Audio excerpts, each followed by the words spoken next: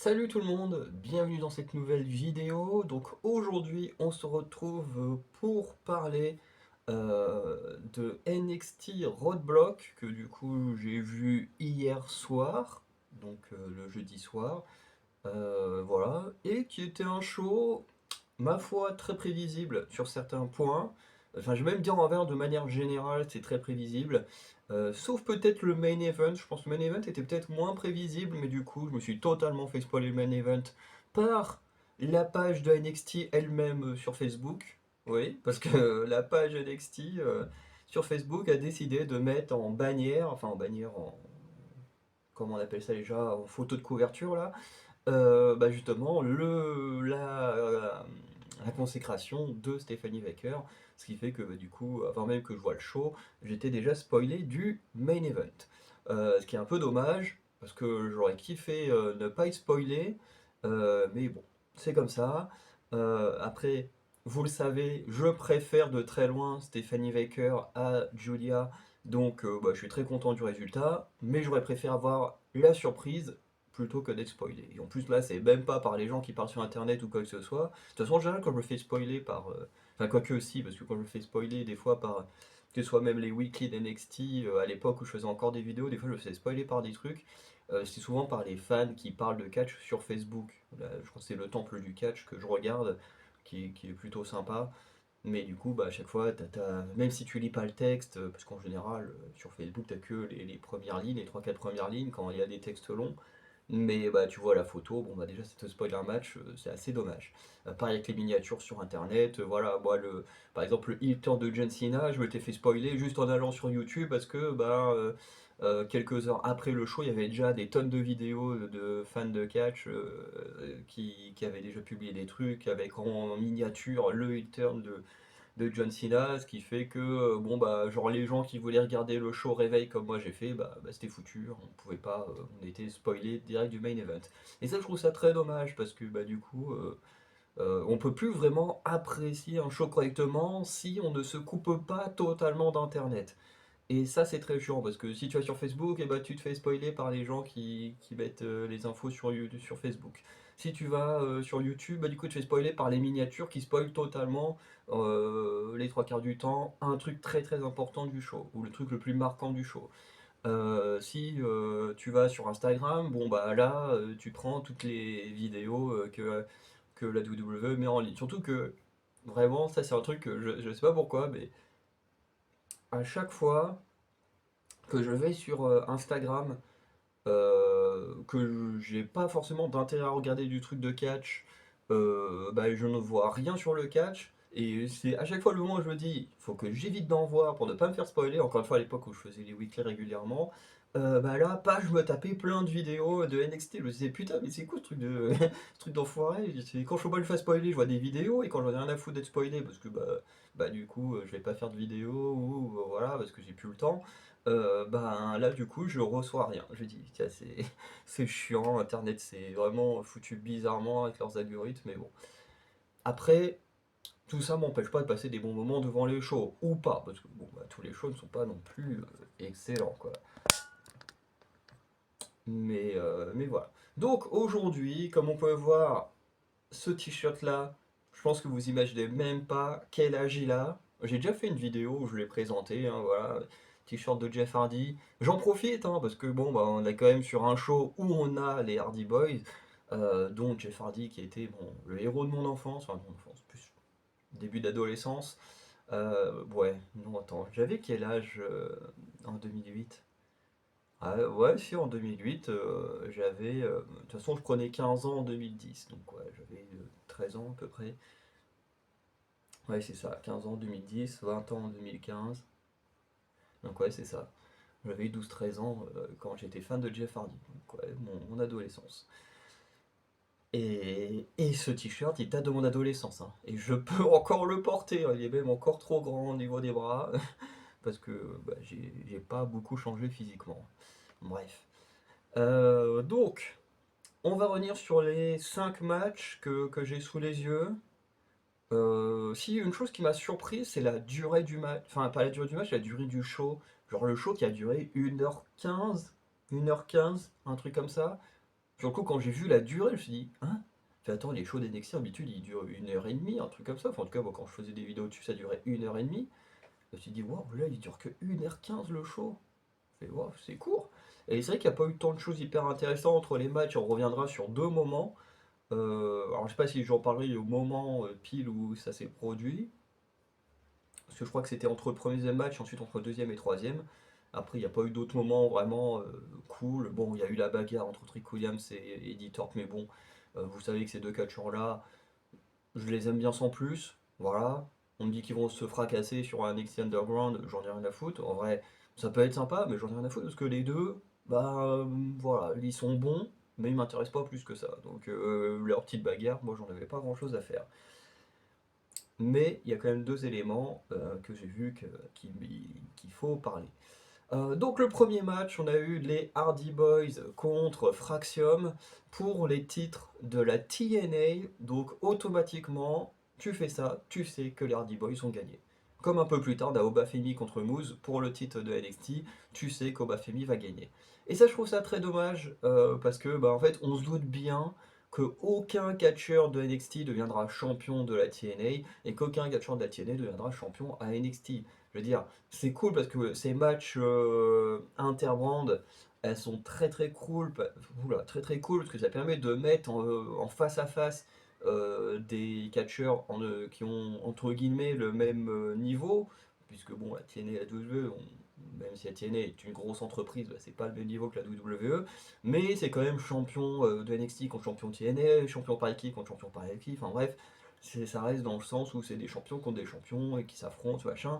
C'est intéressant pour le match, mais le fait de mettre les ceintures en jeu, je trouve que ça spoil automatiquement le match. Alors peut-être qu'il y aura un show où on aura une grosse surprise, que quelqu'un d'NXT gagnera le titre de la TNA ou inversement.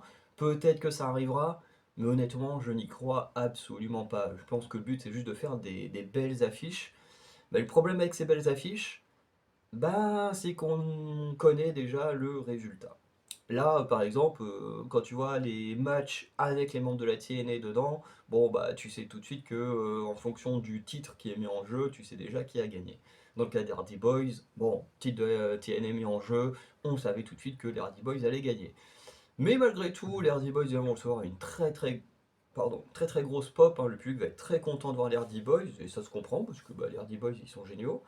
Euh, à côté de ça, le match en lui-même était plutôt sympa. Alors on a mis euh, les Hardy Boys à la place des Face et c'était plutôt amusant parce que, bon, même s'ils font plus partie de la WWE, bah, c'est quand même eux qui sont le plus soutenus. Voilà, c'était assez amusant. Euh, et c'est vrai que sur internet, je vois beaucoup de gens qui critiquent beaucoup les Hardy Boys en mode ouais, ça y est, ils sont trop vieux, ils peuvent plus rien faire et tout. Alors c'est vrai que comparé à il y a 12-13 ans, ouais à peu près, même un peu plus que ça, euh, parce que bon, moi je les ai pas connus fin des années 90, début 2000, moi je les ai connus fin des années 2000, début... Enfin, moi jusqu'à ce que Jeff Hardy perd son match contre CM Punk et qu'ils doivent quitter la compagnie. Après Matt Hardy, j'ai un peu suivi un peu plus longtemps, mais voilà. Et c'est vrai qu'à l'époque, j'ai envie de dire, ils étaient plus vifs, ils avaient un meilleur cardio. C'est vrai que là, il y a des moments où tu sens que les mouvements sont un peu lents. Quand à l'époque, Jeff Hardy faisait son Whisper in the Wind dans le coin, bon bah voilà, c'était très fluide. C'est vrai que là, quand il fait son Whisper in the Wind, c'est un petit peu lent techniquement, surtout Axiom et Nathan Fraser, avec la vitesse qui est un peu l'élément caractéristique de Nathan Fraser. C'est vrai que techniquement, il a large le temps d'esquiver le Whisper in the Wind. Mais en fait, ouais, c'est juste ça qu'en fait je reprocherais aux Hardy Boys, c'est d'être devenus lents. Voilà, c'est vrai qu'ils sont plus lents, ils ont plus le même cardio. En même temps, c'est normal, ils ont quand même un certain âge. Mais je trouve que dans le ring, c'est pas déconnant, hein. Il y a quand même des belles choses, hein. Jeff Hardy qui continue à nous faire des Whisper in the Wind, à faire des Swanton Bombs. D'ailleurs, je crois que c'est qu'une Swanton Bomb qui termine le match, si j'ai bonne mémoire. On a quand même un dive à l'extérieur ou un truc comme ça de Jeff Hardy. Non, non, peut-être pas de Jeff Hardy. Ah, je sais plus si Jeff Hardy fait un saut vers l'extérieur. Bon, en tout cas, il fait toujours ses deux trois voltiges habituels. Bien sûr, il fait plus c'est pas autant qu'avant, c'est normal. avec l'âge qu'il a, avec tous les matchs qu'il a fait, son dos qui a pris très cher. Mais voilà, après pareil, bon, Axiom, Nathan Fraser, ils font leur truc habituel, hein, notamment Axiom avec son, euh, son rebond sur les cordes, là, avec son salto arrière dans l'extérieur du ring, ça c'est toujours très très beau à voir. Euh, Bref, qu'est-ce qu'on a eu d'autre d'intéressant? Il y a une combinaison d'Hardy Boys, je crois que je l'avais jamais vu, parce qu'en fait, alors je sais pas si c'est par rapport au dos de Jeff Hardy ou un truc comme ça, mais ils ont un peu revisité le Twist of Fate, là où le Twist of Fate, tu chopais la tête inférieure, tu tournais et tu retombais un peu comme un RKO. Euh, Là, le Twist of Fate, ils ont tombé comme un RKO et du coup sur le dos, ils retombent un peu comme un...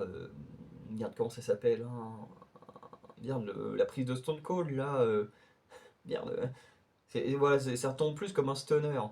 Euh, et du coup c'est sympa parce que je sais plus si c'est Nathan Fraser ou Axiom qui se prend le Twist of Fate et du coup bah, qui le vend en repartant en arrière. Et du coup, Matt Hardy il le rechoppe dans les airs en neckbreaker et tout. Ça, c'était beau comme enchaînement.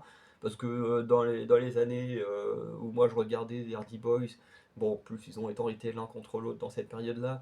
Mais en tout cas, le peu de temps où ils ont été, où ils s'entendaient bien pendant cette période-là, bah, il faisait pas mal de prises comme ça, parce que c'est vrai que ça c'est quelque chose de, entre guillemets, de très nouveau, même si ça fait quand même quelques années que ça se fait, mais c'est quand même quelque chose de nouveau, je trouve, les finishers par équipe ou les choses comme ça, et je trouve que c'est vraiment stylé, personnellement moi j'aime bien, et voilà, voir les Hardy Boys s'acclimater à la nouveauté et tout, je trouve que c'est plutôt pas mal.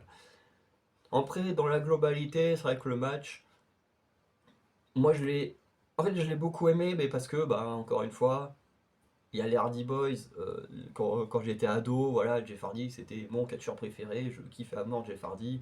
Bon, je kiffe aussi des Randy Orton, des Triple H, des mecs comme ça, mais Jeff Hardy c'était le mec qui faisait de la voltige, faisait des trucs hyper impressionnants, qui prenait des risques avec le saut là, du haut de la structure qu'il fait sur Randy Orton et tout, enfin bref, on le kiffait pour ça, le Whisper in the Wind du haut de la cage sur Umaga, enfin bref. Moi, quand je voyais ça quand j'étais ado, j'étais en mode waouh, putain, il est incroyable ce mec. Et voilà, bon, forcément, avec les années, il en a perdu, mais quand même, il y a un petit côté nostalgique qui faisait du bien de les revoir. Et voilà, moi j'ai bien aimé. C'est vrai qu'on se dit Nathan Fraser Axiom battu peut-être un peu trop facilement parce que bon, ils ont affronté des adversaires où c'était beaucoup plus dur et là ils perdent en prenant moins dans la tronche que ce qu'ils ont déjà pris dans d'autres matchs. Mais en même temps, bah, c'est les titres d'ATN mis en jeu donc ils pouvaient pas perdre. Dans l'entre-deux, ici, on a eu Jaida Parker qui a reçu la visite de Mickey James. Alors celle-là, je m'y attendais pas. Mickey James qui vient soutenir Jaida Parker pour prendre une bonne place à Stand and Deliver, très certainement pour challenger Stephanie Baker, soit sur le titre de NXT, soit sur le titre nord-américain. Mais il y a de très grandes chances effectivement que Jada Parker s'octroie une place de choix à NXT and Deliver. On verra ce qu'elle fera les prochaines semaines, mais il y a des chances que Jada Parker ait une chance pour le titre, ou du moins pour un des titres contre Stephanie Baker. En tout cas, c'était assez intéressant de voir que c'était Mickey James qui venait la soutenir et tout. On venait juste d'avoir les Hardy Boys. On nous remet Mickey James, hein, qui a eu des gros moments de gloire bah, à l'époque où moi je regardais le catch quand j'étais ado. Voilà, bon, le catch féminin n'était pas aussi bien qu'aujourd'hui, mais c'est vrai que Mickey James, c'était plutôt intéressant dans le ring. Bref. Ensuite, on a eu Jordynne Grace contre Roxanne Perez dans un match simple. Alors, je sais pas trop quel était l'enjeu du match, parce que Roxanne Perez, je suis pas sûr qu'elle ait terminé sa rivalité avec Bailey. Après, encore une fois, comme je regarde moins régulièrement, je regarde que les gros, entre guillemets, les grosses affiches, comme là, les shows un peu particuliers comme NXT Roadblock, parce que ça reste diffusé le mardi soir, mais ça reste quand même thématique avec des grands matchs, ou bah, les PLE classiques hein, de NXT ou du ressort principal. Après, quand j'aurai moins de choses à faire, peut-être que je pourrais reprendre NXT tranquillement, j'aimerais bien, parce que NXT c'est quand même plus cool que des fois ce que je regarde du roster principal, même les PLE. Donc voilà. Mais, euh, mais du coup, bah, je perds un peu les enjeux. J'ai beau regarder les vidéos sur Facebook, les vidéos sur YouTube ou les résumés sur Facebook, c'est pas toujours suffisant. Donc, Jordynne Grace contre Roxanne Perez. Alors, j'ai envie de dire qu'il y a un côté où j'ai bien aimé et un côté où j'ai été déçu. Et il y a aussi un côté où j'ai l'impression que la compagnie n'a pas pris en compte ce qui s'est passé lors de leur premier match. Et je parle de la tenue vestimentaire des catcheuses. C'est-à-dire que on se souvient de leur premier match entre Roxanne et Jordynne, quand Jordynne Grace était encore championne de la TNA, qu'elle avait sa boucle d'oreille, et que la boucle d'oreille s'est pris dans l'hérésie de Roxane Perez, et ça lui a totalement arraché la boucle d'oreille de l'oreille. Où c'était assez violent, et le cri de Jordynne Grace était 100% authentique.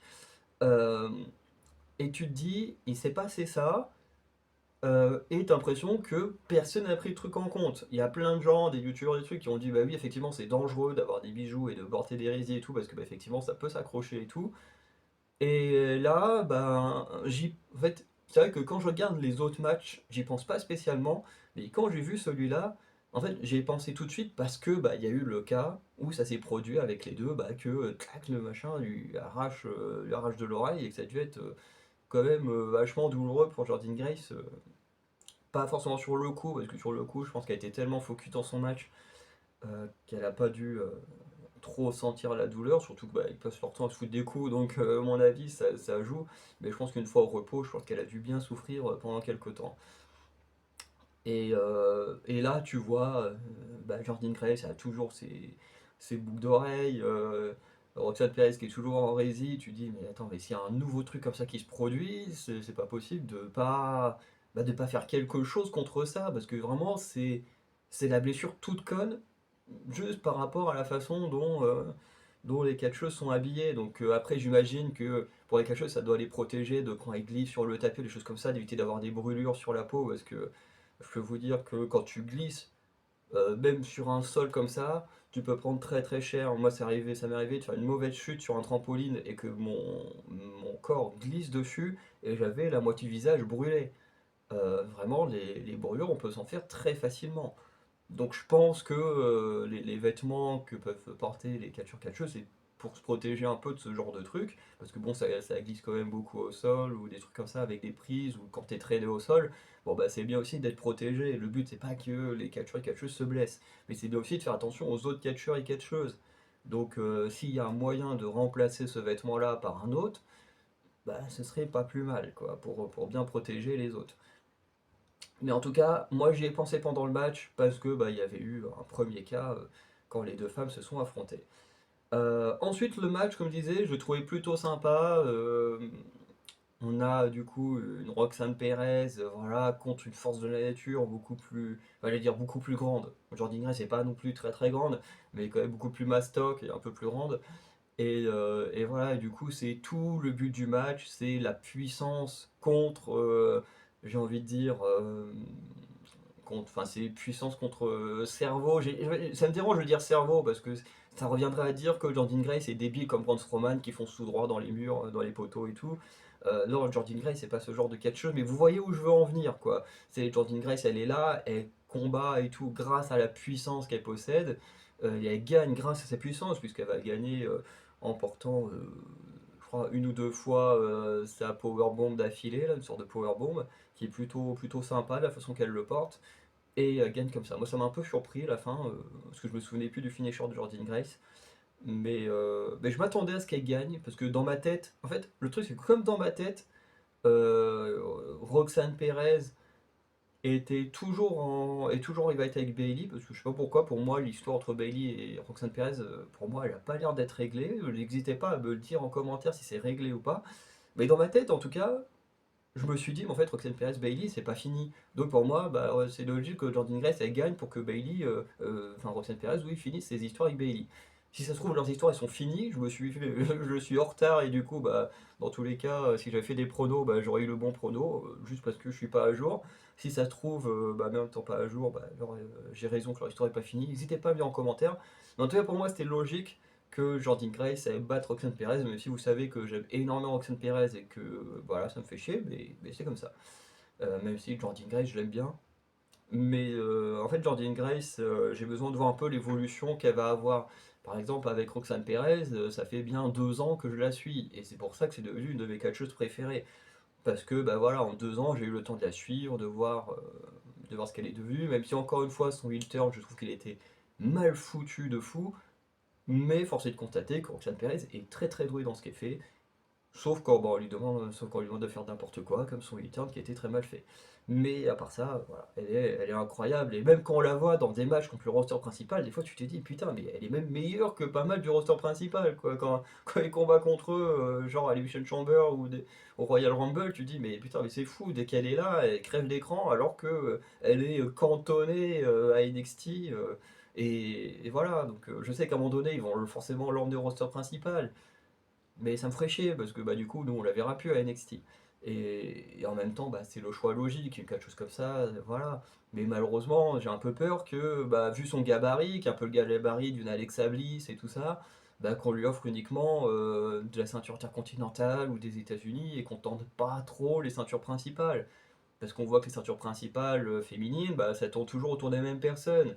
Ça tourne autour de Rhea Ripley, autour de Bianca Belair, autour des grosses têtes comme Charlotte Flair, Becky Lynch, voilà, même Tiffany Stratton, c'est quand même physiquement, elle est plus imposante que Roxanne Perez. La seule personne qui me fait dire qu'il peut y avoir une exception et que je crois et j'espère que Roxanne Perez un jour sera championne de la WWE, et ça, comme je disais, la seule chose qui me donne de l'espoir pour Roxane Perez, alors il pourrait y avoir le cas Alexa Bliss, mais le cas Alexa Bliss il date quand même.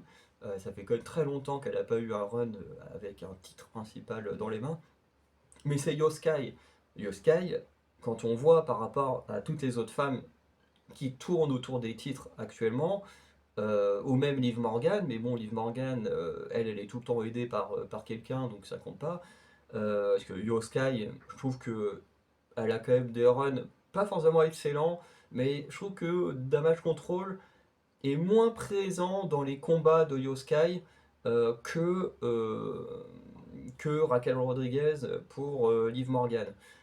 Et du coup, Io Sky, pour moi, c'est l'espoir. En fait, voir Io Sky avoir son deuxième titre là, pour moi, ça me donne un espoir que euh, Roxane Perez un jour pourrait devenir championne. Parce que bah, pareil, Io Sky, elle n'est pas très grande, elle n'est pas très mastoc, et pourtant, bah voilà, elle arrive à gagner ses matchs toute seule. C'est pour ça que je prends pas Liv Morgan en compte, parce que Liv Morgan, elle gagne très rarement ses matchs toute seule. Et c'est pour ça que je trouve ça dommage, que Liv Morgan, pareil, je l'aime bien, elle a la tête pour jouer des petites connasses comme elle joue, mais ils n'arrivent pas à la rendre crédible. Et c'est dommage parce que tu regardes Roxanne Perez, elle joue quasiment le même style de personnage que Liv Morgan, et pourtant, bah, Roxanne Perez, elle s'en sort sans avoir de backup. Alors, elle a peut-être eu un petit peu là, au moment où Cora Jade a fait son retour, et puis bon, après on a vu que dans le Fatal 4-Way, Cora Jade, voilà, l'a renvoyé chez Roxanne Perez, donc bon, voilà, Roxanne Perez va se redébrouiller toute seule en heal, et elle le faisait déjà très bien toute seule avant le retour de Cora Jade, et voilà, et ça je comprends pas pourquoi avec Liv Morgan ils n'arrivent pas à essayer de la rendre crédible, une heal en solo. Bah, j'aimerais bien, parce que bah, Io Sky, au moins, elle y arrive. Voilà. Des fois, elle perd, comme à WrestleMania, mais au moins, elle le fait en étant toute seule. Voilà, sans être aidée. Et ça me dérange avec Liv Morgan, parce que bah, Liv Morgan, elle a un très gros potentiel, mais ils sont incapables de l'utiliser comme il faut. Voilà. Donc, on n'est pas là pour discuter de la division féminine, même si c'est très intéressant. Euh, mais voilà. En tout cas, Jordynne Grace, Roxanne Perez, c'était sympa. Le seul truc qui me déçoit, c'est que Roxanne Perez, pas Roxanne Perez, mais le match en lui-même, était, je trouve, moins bon que leur premier match. Que quand on a eu leur premier match avec Jordynne Grace, voilà, la grosse star de la TNA contre Roxanne Perez, déjà ça faisait une très grosse affiche, parce que je crois que Roxanne Perez était toujours championne de NXT à ce moment-là. Le match, il était vraiment intensif parce que les deux étaient championnes, donc il fallait vraiment un gros truc et tout. Là, on est dans un match où les deux, ben, n'ont pas forcément d'enjeu aussi important que les ceintures. Elles sont toutes les deux, voilà, juste quelque chose de normal, sans titre. Voilà, elles s'affrontent à nouveau, parce qu'elles l'ont déjà fait, et le match reste très bon, mais je trouve que si on le compare à leur premier match, je trouve que c'est un peu moins bon. Bah, après, c'est mon avis perso. Ensuite, on a eu l'Undertaker, ouais, l'Undertaker en backstage, qui soutient Obafemi. Voilà, ils vont se faire un petit check, il va lui donner quelques conseils, quelques encouragements. Et c'était très cool. En tout cas, la dernière fois que l'Undertaker a soutenu des catcheurs, il y en a au moins un sur les deux qui a fini très loin, hein. Voilà, parce que bon, il a soutenu Carmelo Hayes. Bon, Carmelo Hayes, malheureusement, on voit où il en est, c'est très décevant. Il a soutenu, entre guillemets, Braun Breaker, avant de lui foutre un violent choc-slam dans la gueule. Mais bon, il a quand même dit, toi, t'as un grand avenir, mais moi, je te termine tout de suite. Bon, voilà, et là-dessus, bah, l'Undertaker a pas eu tort, hein, parce que, voilà, juste après ça, Braun Breaker, champion intercontinental. Voilà. Et, euh, et puis bah là, il vient soutenir Obafemi qui, pareil, je pense, comme Roxane Perez ou d'autres, a un très grand avenir dans le roster principal plus tard. Et je pense que pour Obafemi, ce sera beaucoup plus simple que Roxane Perez par rapport à son gabarit. Euh, voilà. Donc ensuite, on a eu je veux dire gabarit, n'importe quoi. Obafemi contre Moose pour le titre de NXT. Encore une fois, on a un gars de TNA qui vient tenter de prendre une ceinture de NXT ou inversement. Donc, ben, automatiquement, on savait qu'Obafemi allait gagner. Mais ça n'empêche pas que le match était sympa. C'est parti un peu dans tous les sens, mais c'était vraiment sympa. Pourtant, j'aime pas trop les matchs de big men contre big men, parce que souvent c'est lent, souvent c'est pas ouf. Sauf que là, c'était sympa, parce que Obafemi, il a beau être un big man, mais il est quand même très athlétique, il est quand même assez agile. Voilà, j'ai envie de dire, chacun a dû envoyer ses trademarks, parce que bah, je connais celle d'Obafemi, parce que je l'adore, mais j'avoue que celle de Mousse, je les connais pas. Alors, j'ai vu le match de la TNA, je sais plus si c'était du 3 contre 3, du 4 contre 4, avec il y avait Obafemi avec les Hardy Boys et je sais plus s'il y avait un autre catcheur contre Moose et les gens de son clan, je crois, parce que je crois qu'il fait partie d'un clan. Bref, ce match-là était gratuit sur YouTube, du coup je l'avais regardé dans mon coin, c'était plutôt sympa. Euh, Même s'il y a une chose sur laquelle j'ai envie de revenir concernant Moose, c'est pourquoi son spear est aussi moche. Franchement, on est d'accord que le Spear de Moose, c'est comme le Spear de Bobby Lashley. Ça fait partie des pires Spears qu'on ait jamais vus. Et je comprends pas pourquoi. Pourquoi, genre, parce que, genre, vraiment, il catch, enfin, quand il part, il fait une roulade en même temps. Tu te dis, mais en faisant ta roulade, c'est pas ouf. En plus, en termes d'impact, tu vois, quand tu prends le Spear de Braun Breaker ou de Roman Reigns, t'as vraiment un impact. T'as vraiment un truc. Là, avec la roulade, tu vois, ça minimise totalement l'impact. Tu vois, t'as l'impression qu'il y a un boulet là qui vient, qui, hop là. Qui passe, qui te touche, mais qui en même temps tourne en même temps, donc t'impacte pas tant que ça. Enfin, je sais pas, je comprends pas, le spin il est pas très beau. Ça m'avait marqué quand j'ai vu le match à la TNA, mais, mais à part ça, Moose il est quand même cool là, à regarder, le match était sympa. Surtout que dans le match par équipe que j'avais vu, Moose il fuyait énormément au Bafemi et tout. Donc là, les deux bah, s'affrontent vraiment. Un Moose il peut plus fuir, il a pas son clan, il est tout seul. Et du coup, c'était plus intéressant, ça s'est bien mis dans la tronche, on a eu des bons moves et tout. Bien sûr, Obafemi a terminé Mousse comme il fallait. D'ailleurs, au début, j'ai eu un peu peur parce qu'il y a quand même eu des finishers qui ont été envoyés très très tôt, hein, notamment celui où Obafemi il attrape quelqu'un qui le balance comme ça avant de faire sorte de choc slam. Il a fait quand même très tôt dans le match. Je me suis dit, attends, on va quand même pas rusher le match à ce point-là. Et en fait, non. D'ailleurs, là, je vois les timers, tous les matchs ont duré entre 11 minutes et 14 minutes. Donc, voilà, ils ont tous duré à peu près la même durée. Euh, mais en tout cas, quand j'ai vu quasiment au bout de 4-5 minutes du match, déjà Obafi qui place son coup spécial hein, pour faire référence au jeu. Oh d'ailleurs, jeu qui techniquement est dispo aujourd'hui, le prochain. Mhm. Je sais pas quand est-ce que je vais l'acheter, mais je pense que je vais attendre de recevoir ma paye dans 10 jours. Ouais, 10-12 jours. Parce que j'ai très très envie de jouer au nouveau mode MyG. Enfin, surtout le fait qu'il y ait bah, tous les nouveaux catcheurs de NXT. Sauf forcément une certaine catcheuse qui m'intéresse énormément. Mais je ferai une petite vidéo sur le roster du jeu. Parce que il y a des choses où je suis content. Il y a des choses où j'ai envie de péter un câble. Et je pense que je ferai une petite vidéo là-dessus. Je la partagerai ici et sur ma chaîne gaming. Voilà, parce que forcément les vidéos je les mettrai sur la chaîne gaming quand j'aurai acheté le jeu. Mais ouais, il y a un truc que j'ai vu qui me plaît pas du tout. Enfin, même deux trucs qui me plaisent pas du tout. Mais il y en a un, c'est par rapport à la logique du show, et l'autre, c'est parce que j'aime bien la personne. Mais voilà, on en reparlera. Mais en tout cas, voilà, le match au Bafemi contre Mousse. Très surpris que ce soit le milieu de show. Mais je trouvais quand même que c'était un bon match. Voilà. Je trouve que Mousse était peut-être pas le meilleur catcheur contre Obafemi. Je trouve qu'Obafemi il catche mieux contre des petits gabarits que contre des grands. En même temps, entre plusieurs grands gabarits. En fait, je pense que c'est surtout aussi le fait que Obafemi, dans ses prises, il en a quand même pas mal où il faut lever les gens, les balancer et tout ça. Et c'est vrai que bah, quand tu es face à un gros gabarit, je pense que tu t'épuises beaucoup plus vite tes forces que contre des petits gabarits. Mais ça n'empêche pas que le match était quand même très cool. Ensuite, on a eu Jevon Evans contre Ethan Page dans un New York City Street Fight, donc qui est juste un street fight, enfin un match voilà, sans disqualification, hein. Euh, le match était très cool. Voilà, moi j'aime beaucoup Ethan Page. Euh, Jevon Evans, je l'aime bien en tant que catcher. Son personnage, j'ai du mal. Même si pour ce match-là, je l'ai trouvé très intéressant. Parce que souvent, quand on voit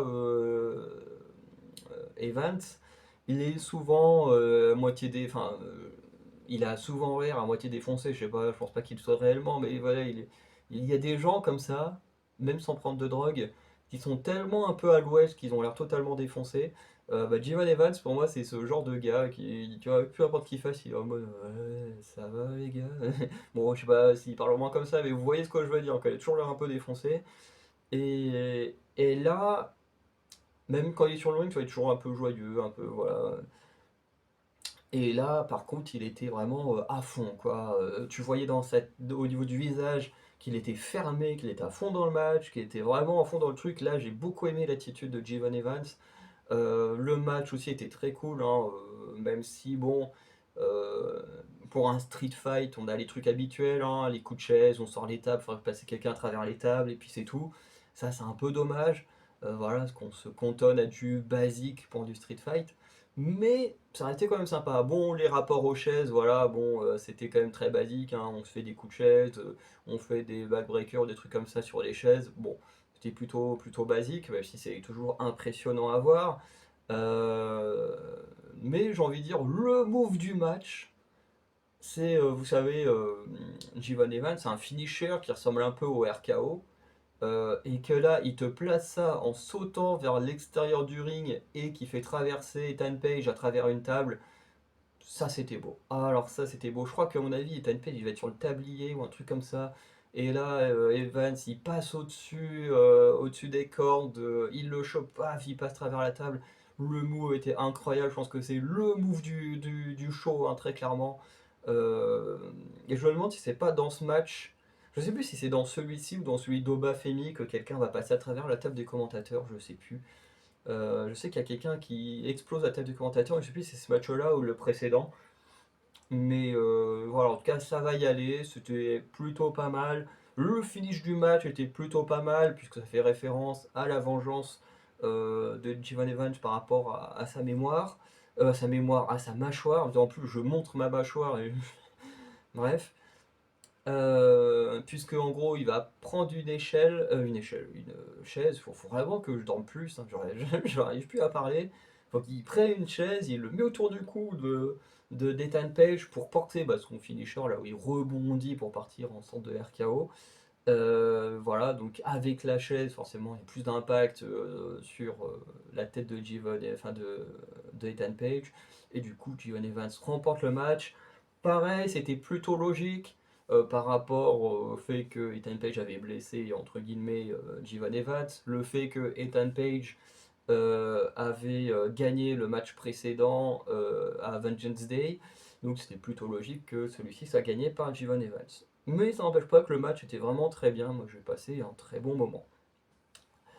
Et ensuite on arrive au main event. Stephanie Baker contre Giulia avec le Winners Takes All, donc le titre de NXT et le titre nord-américain. Alors moi, j'ai peut-être passé un moins bon moment dans ce match. Bon, déjà parce que j'accroche moins au style de catch de Giulia.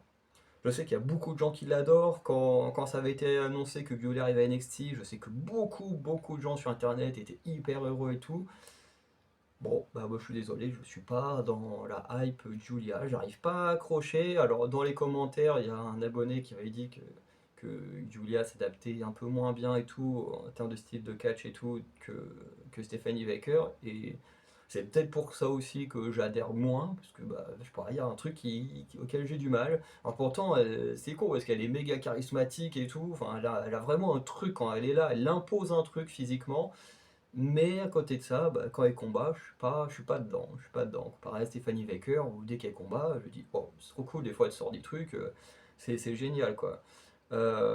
Après, le match est pas mauvais non plus, hein. Faut pas me faire dire ce que j'ai pas dit. Le match est pas mauvais, mais quand Giulia est là, j'arrive pas à rentrer dedans. Sans compter qu'avec ce match, bah, quand moi je le regarde, j'ai des informations, alors qui sont des rumeurs, au stade où moi j'ai vu, mais il y a des rumeurs comme quoi bah, si on a enlevé le titre à Julia, ce serait parce que Stephanie Baker pas Stephanie Baker, mais que Giulia serait blessée.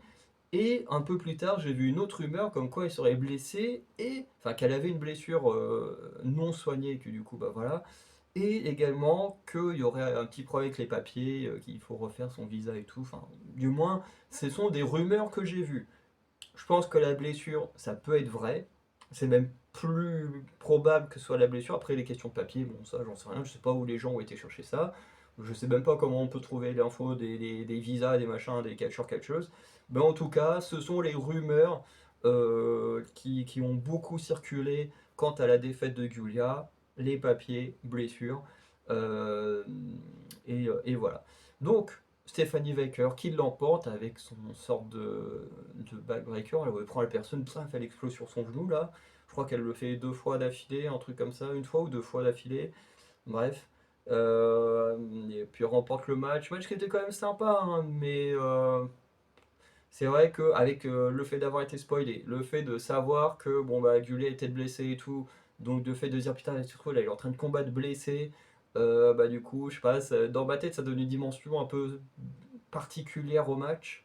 Euh, voilà, je pense que si je l'avais vu sans connaître d'informations sur le match ou de rumeurs, je pense que j'aurais mieux vécu le match. Je dis pas que je l'aurais trouvé excellent parce que encore une fois, désolé pour les fans de Giulia, mais j'ai du mal avec son style de catch pour l'instant. Mais bon, c'est comme ça. Après, ça veut pas dire que ça va pas changer, hein. Ça veut pas dire que ça va pas changer, hein. Je prends le cas de Seth Rollins. Seth Rollins, quand je l'ai découvert avec son personnage là, du Visionary ou je sais plus quoi là, où il avait à moitié sa sorte de secte là, avec Buddy Murphy et tout là, cette période-là, je détestais cette Rollins. Je le trouvais pas intéressant. En termes de catch, bah, comme ce personnage n'était pas intéressant, je rentrais pas dedans. Et c'est un peu plus tard où. Je pense que c'est même à partir de la période où Cody Rhodes a fait son retour. Peut-être un petit peu avant. Parce que je crois qu'il y a eu l'histoire de Matt Riddle avant. Donc je crois que c'est avec l'histoire de Matt Riddle. Je sais plus quelle histoire a eu lieu en premier, mais je crois que c'est l'histoire de Matt Riddle. Et c'est quand, en fait, quand Seth Rollins a abandonné ce rôle là, de chef de secte à moitié là pour un rôle de heel mais plus intéressant. C'est à ce moment-là, je me suis dit en fait Seth Rollins il est vraiment bien et il catch super bien. Et aujourd'hui Seth Rollins c'est un de mes catcheurs préférés, alors qu'au début j'aimais pas du tout. Donc pour les fans de Giulia, je vous rassure, mon rapport à Giulia, il peut changer. Je peux finir par l'adorer si avec le temps. Mais des fois, il faut du temps. Voilà. C'est quand j'ai commencé NXT, je préférais Cora Jade à Roxanne Perez. Maintenant, je préfère de très loin Roxanne Perez. Bon, en même temps, Cora Jade a été blessée sur les 2 dernières années. Elle a été blessée plus de temps qu'elle n'a été active. Donc bon, ça joue aussi forcément. Mais, euh, mais voilà, moi je suis partie des gens qui peuvent évoluer positivement avec le temps quand je dis que j'aime pas spécialement un catcheur ou une catcheuse. Tout dépend de ce que la compagnie leur fait faire. Donc voilà. Par contre, en fait, ce qui me fait peur avec le résultat de ce match, c'est le fait que Stephanie Wecker possède les deux titres. Et je sais que ça, il y a des gens qui le craignent un peu aussi sur les réseaux sociaux. Est-ce que c'est vrai que ça fait peur? Quand on a vu avec Roman Reigns, bon, je dis pas que Stephanie Wecker a le même truc que Roman Reigns, mais ça n'empêche qu'avec Roman Reigns, ils ont galéré à lui enlever l'un des deux titres. Et en fait, ils se sont dit, on veut créer un champion hyper fort, donc ils ont créé un champion hyper fort, et après ils se sont dit, ah merde, on lui a mis les deux titres, mais maintenant on a construit un gars tellement fort ou tellement protégé par sa famille que bah en fait on peut plus lui enlever deux titres. Donc le mec il trouve avec deux titres, donc au lieu de faire ça, paf, ils ont unifié les deux titres, ils ont créé le titre champion du monde poids lourd, et du coup ils ont dû faire des stratégies bizarres pour qu'il y ait de la concurrence à côté, quoi. Donc quand on voit que là ils refont la même erreur en donnant les deux titres à Stephanie Baker, ben on se dit bon bah qu'est-ce qu'ils vont faire? Est-ce que à Stand and Deliver, est-ce que Stephanie Baker va défendre uniquement le titre d'NXT? Est-ce qu'elle va défendre uniquement le titre nord-américain? Est-ce qu'elle va défendre les deux en même temps? C'est une bonne question. C'est quel est l'avenir du titre nord-américain? C'est surtout ça en fait la question. Parce que le titre NXT, on doute bien que s'il fallait en supprimer un sur les deux, bah, le titre d'NXT, c'est sûr que lui il resterait. Le titre nord-américain, il disparaîtrait. Bon, ils n'ont pas créé le titre nord-américain il y a quelques mois pour le faire disparaître. Ce serait complètement débile. Surtout avec la concurrence qu'il y a dans la division féminine d'NXT. Mais on peut quand même se poser la question, c'est quoi l'avenir de ces ceintures-là? Comment ça va se passer? Est-ce que Stephanie Baker, bon encore on a Stand and Deliver, donc bientôt Stand and Deliver, je me demande si... Attends, je regarde vite fait, non ça c'est pas le bon, soit du bon ordi. J'ai regardé vite fait un truc sur Stand and Deliver, parce que je me demande si ces derniers temps... merde, il veut pas me le donner. Merde. Bon, bah, on va remonter la WWE jusqu'à oula, NXT 2003. Ok, bon, on va remonter jusqu'au Stand and Deliver comme ça. Ok. Attends, je suis quand là? 23 avril. Bah, il est où Stand and Deliver? New Year's Evil. Oh putain, il me met que les petits trucs comme ça, il va pas me mettre. Stand and Deliver, si je mets 2025, est-ce qu'on a déjà les dates? Je pense qu'on aura, oui, on a déjà les dates. Le 10, hein?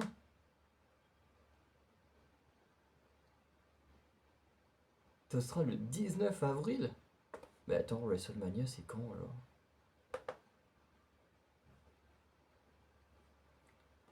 Le 19 et le 20 avril, c'est si tard que ça?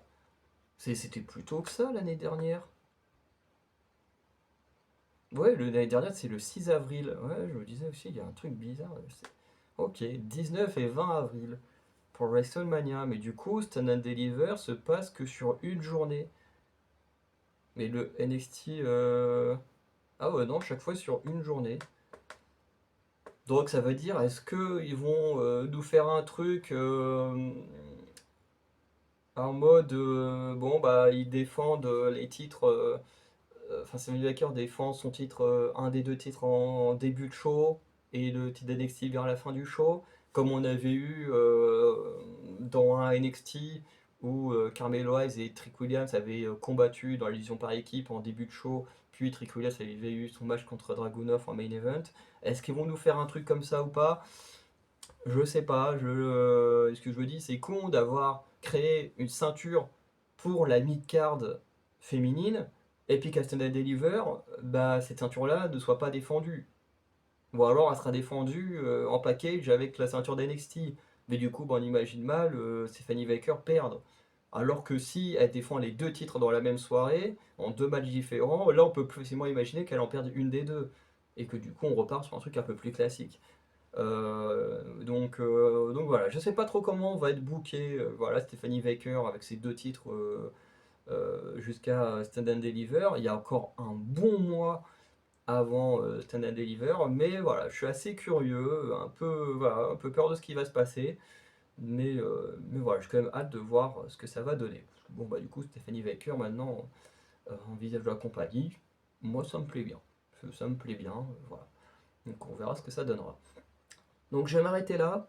N'hésitez pas à liker, à vous abonner, à mettre un petit commentaire sur ce que vous avez pensé de NXT en roadblock, même si j'arrive jamais à me souvenir de ce nom. Voilà, franchement, à chaque fois que je fais des infos, je cherche des infos pour le show, à chaque fois je tape autre chose que roadblock parce que j'arrive pas à me souvenir de ce truc. Mais le show était quand même sympa, même si le nom est pas ouf à retenir.